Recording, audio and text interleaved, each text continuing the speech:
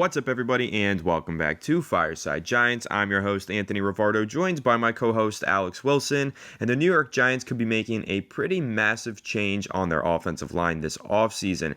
Evan Neal, once thought to be the right tackle of the future for the New York Giants, well, it doesn't seem to be that line of thinking anymore for the Giants front office, as according to SNY's Connor Hughes, they're reportedly expected to actively look for Evan Neal's replacement this offseason. Now, if you kind of recall during the bye week earlier this past season, Evan Neal was injured. We didn't know he was going to end up on season-ending injured reserve at the time, but Joe Schoen was asked about Evan Neal. He said he needs to play better, and moving to guard was not an option for him at the time. He wanted him to remain at offensive tackle, and Evan Neal told reporters that he stepped out of the womb as an offensive tackle and had zero interest in moving to the guard position. Well, now, according to this report, sounds like the Giants are planning to move Evan Neal to guard, which, as you guys know, if you've been listening to the channel for a while, Alex and I have been advocating for that for quite some time.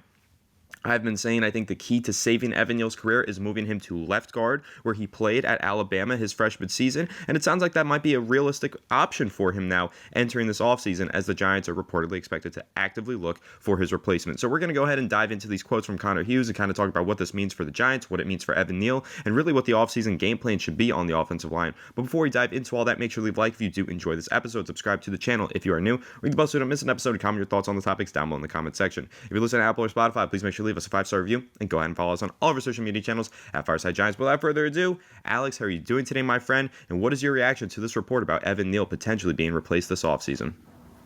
Well, I'm doing pretty good.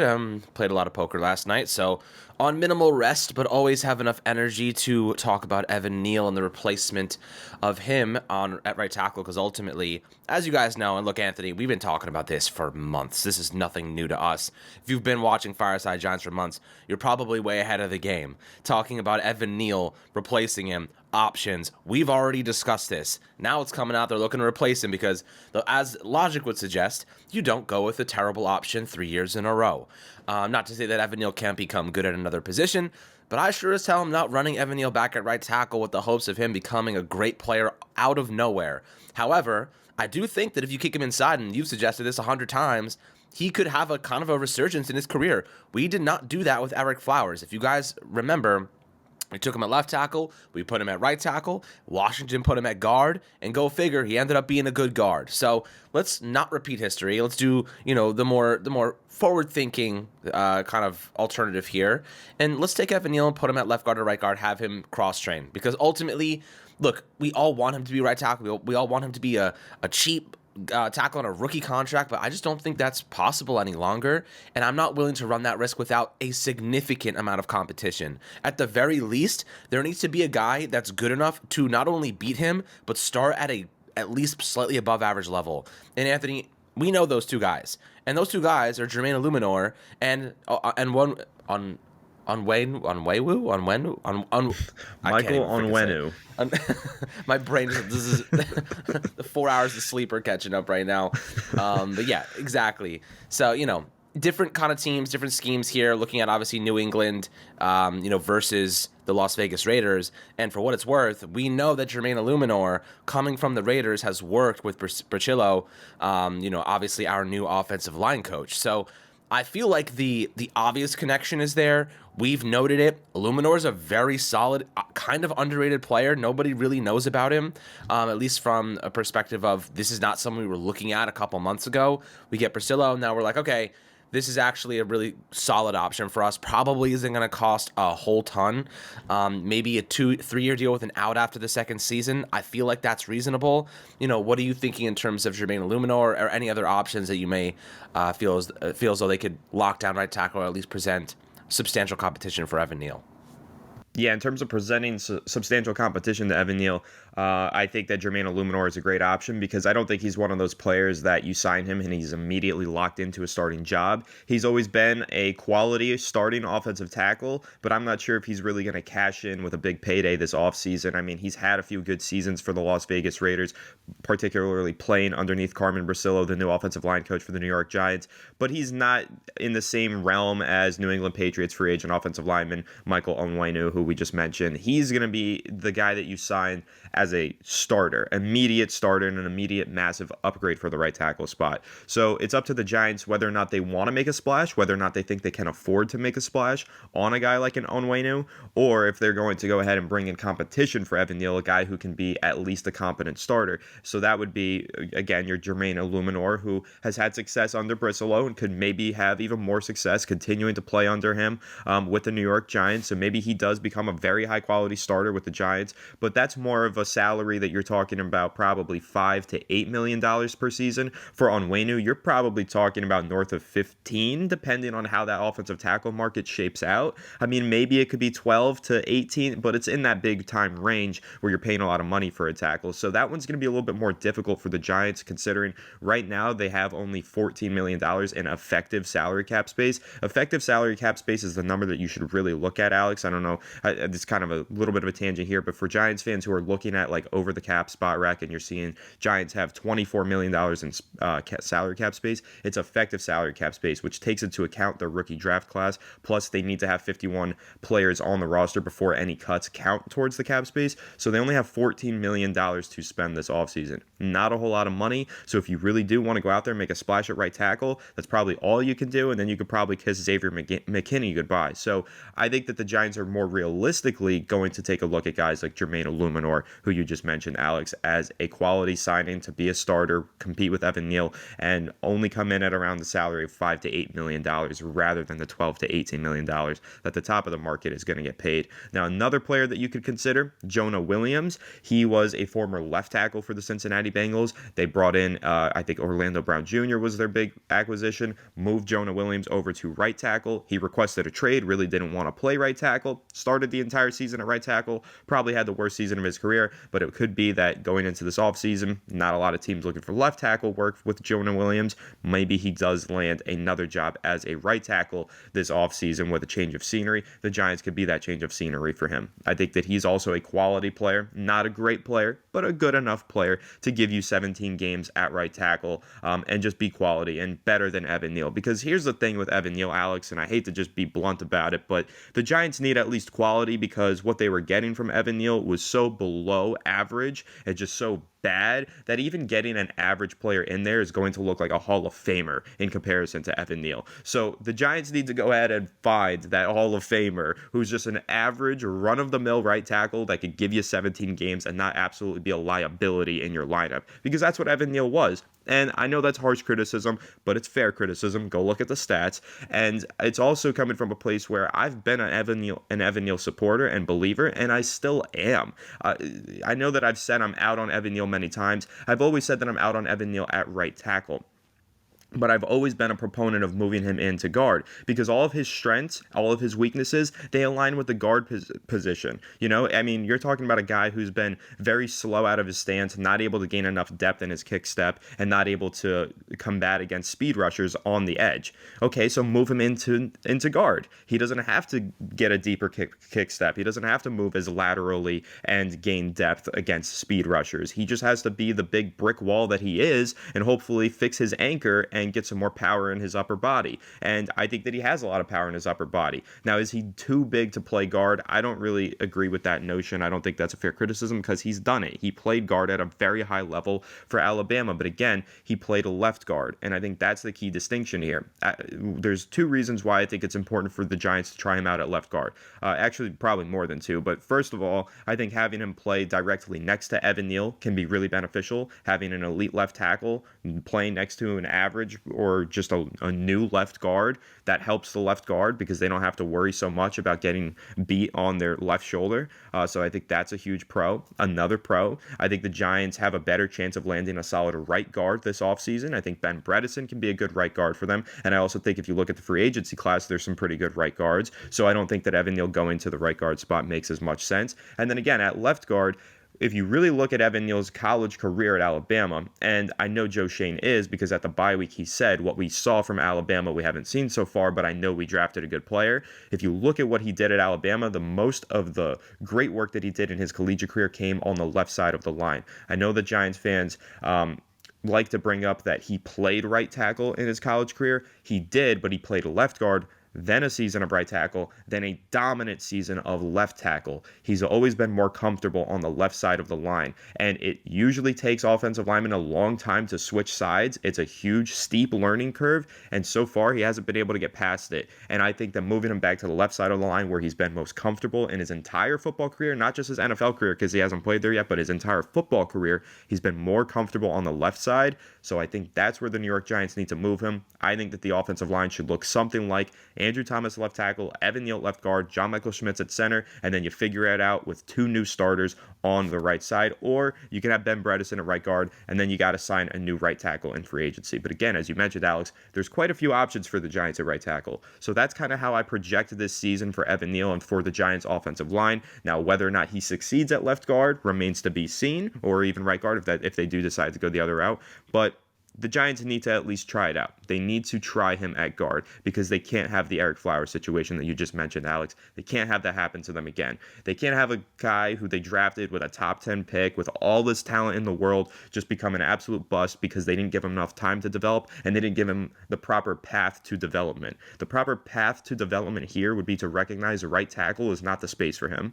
Left tackle is taken by an elite all-pro player. So now we need to try him at guard before we waste his career in New York. So the New York Giants need to try him out at guard and then just figure out who's going to play right tackle in the future after that. And also the draft is an option for them. They can find the right tackle in the draft, whether you're talking first round, second round, or even a middle round. This is a pretty good tackle class as well. So Alex, what are your thoughts on that?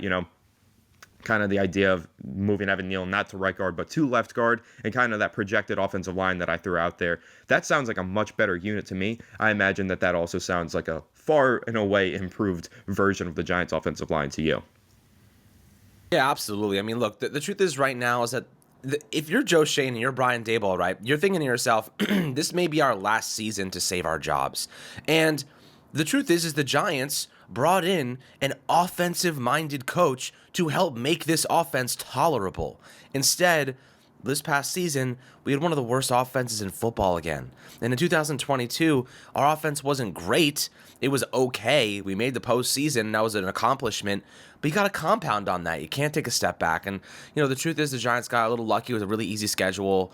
Saquon Barkley played all 16 games in 2022. So, you got a healthy Saquon Barkley, which is rare for a full season. And, the truth is that I kind of sit here and ask myself, if our offensive line struggles again, I don't know if Joe Schoen and Brian Daboll can save themselves from that. You know what I mean? They need to upgrade this line. We are pretty much in a situation where we can guarantee they're going to throw assets and resources to improve a couple of positions.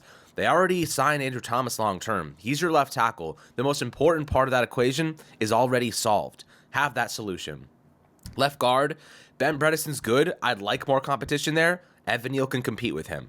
Center, John Michael Schmitz, we saw flashes of quality, had some inconsistencies as a rookie as you anticipate, but hopefully he learns from his first season and gets better in year two. That's where the coaching comes in. That's where the development comes in. Priscillo, that's where he makes the most impact.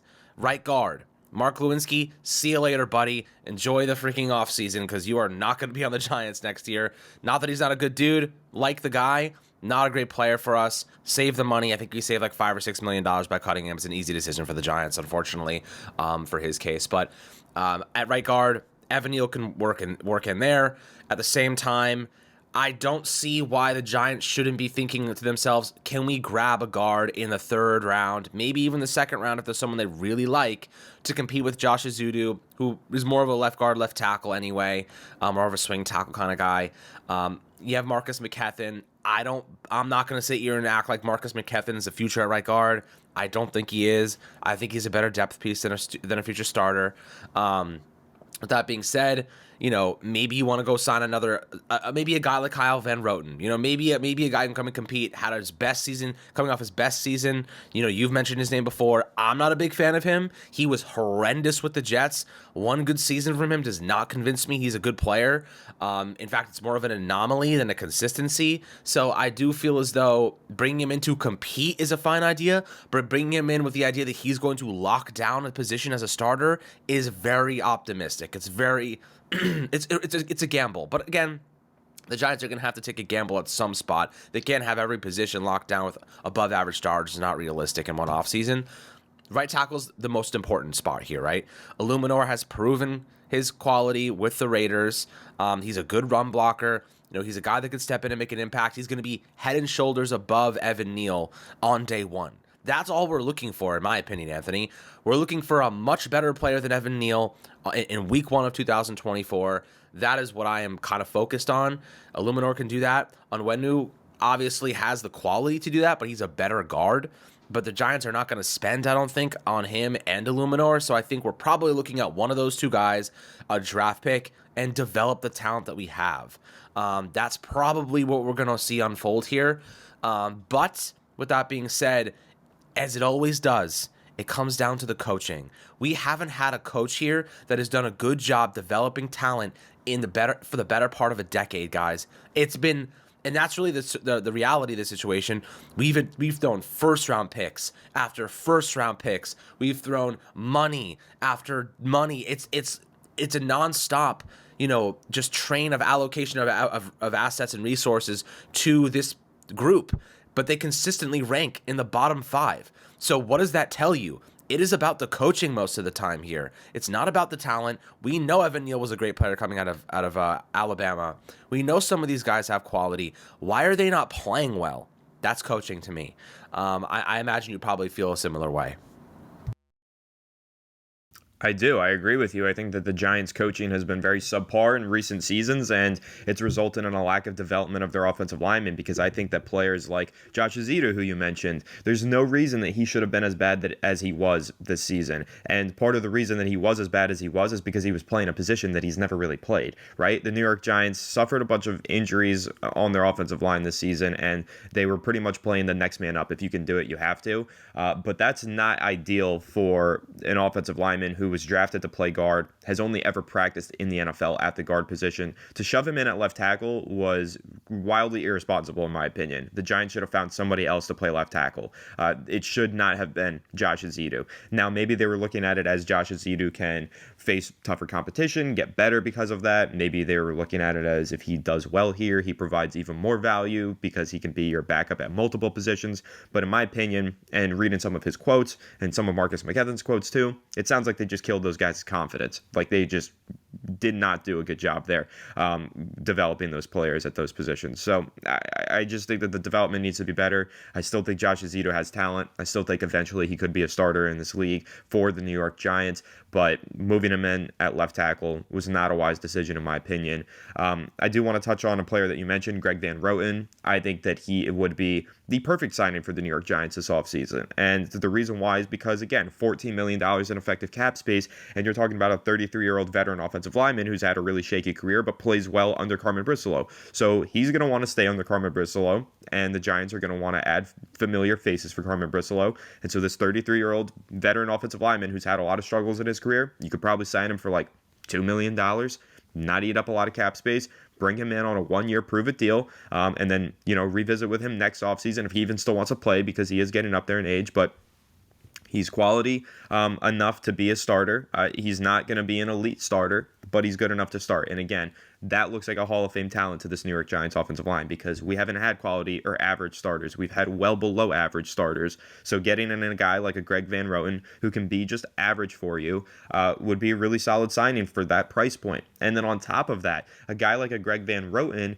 doesn't even need to be your projected starter. You bring him in to compete at the starting position, maybe with a rookie or somebody else that you're trying to develop, like a Josh Azita, like a Marcus McKethan. It could be Greg Van Roten as a starter, and then eventually those other guys take over because they've developed along the way. He can be your bridge offensive lineman, and that's the way I see Greg Van Roten, and that's why I think that he should be a priority signing for the New York Giants, especially because he's going to be such a cheap signing for the New York Giants. And then I also heard you mention, Alex, going through the draft and trying to find a starting offensive guard.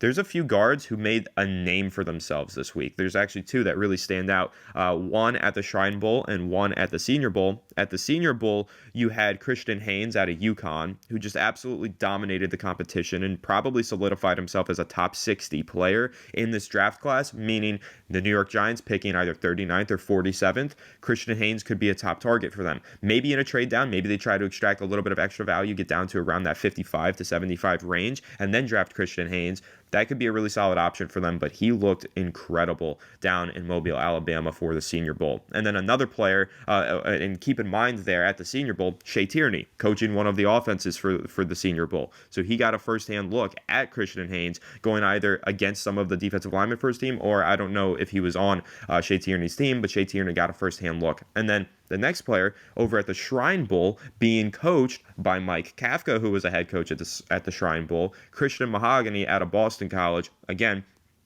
another player who did himself a lot of favors in his draft stock, probably moved from being a top 100 player to a top 75 player.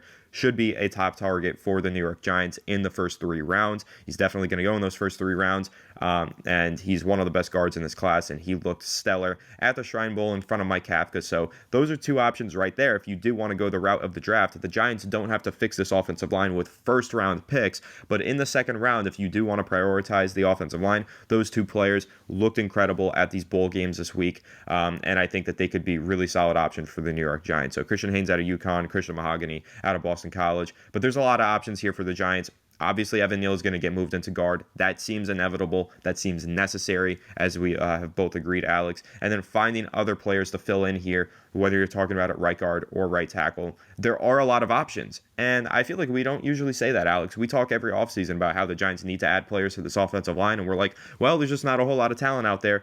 This year feels like there is. Feels like there should be quite a bit of talent. And we'll see what happens with these Raiders guys, Illuminor, Van Roten. Maybe they re-sign with Las Vegas and they don't hit the open market. But if they do, they're going to be priority guys for the Giants to reconnect with Carmen Bristolo. And then going into the draft, it's a deep class. I know we've said how deep it is at wide receiver, at quarterback, but it's a deep at offensive guard. It's deep at offensive tackle. There is a lot of talent in this draft class and just a lot of talent for the taking in this offseason. So it's going to be a crucial offseason for Joe Schoen and the New York Giants, and we've made that abundantly clear on this channel how important we think this offseason is. But fixing this offensive line has to be among the top priorities, probably number 2 to get in a quarterback. And fixing Evan Neal should be step 1 in that process of fixing the offensive line. They invested too much into him to just give up on him now. They got to move him at guard and hope that that's what helps him figure it out and become a good NFL player. But I do still have some hope here, and I hope you guys do too. And I hope that us breaking it down helped bring some hope to you for Evan Neal's future and the New York Giants' plans on the offensive line this offseason. And of course, we'll continue to update you on anything that's going on with the New York Giants and their offensive lineman search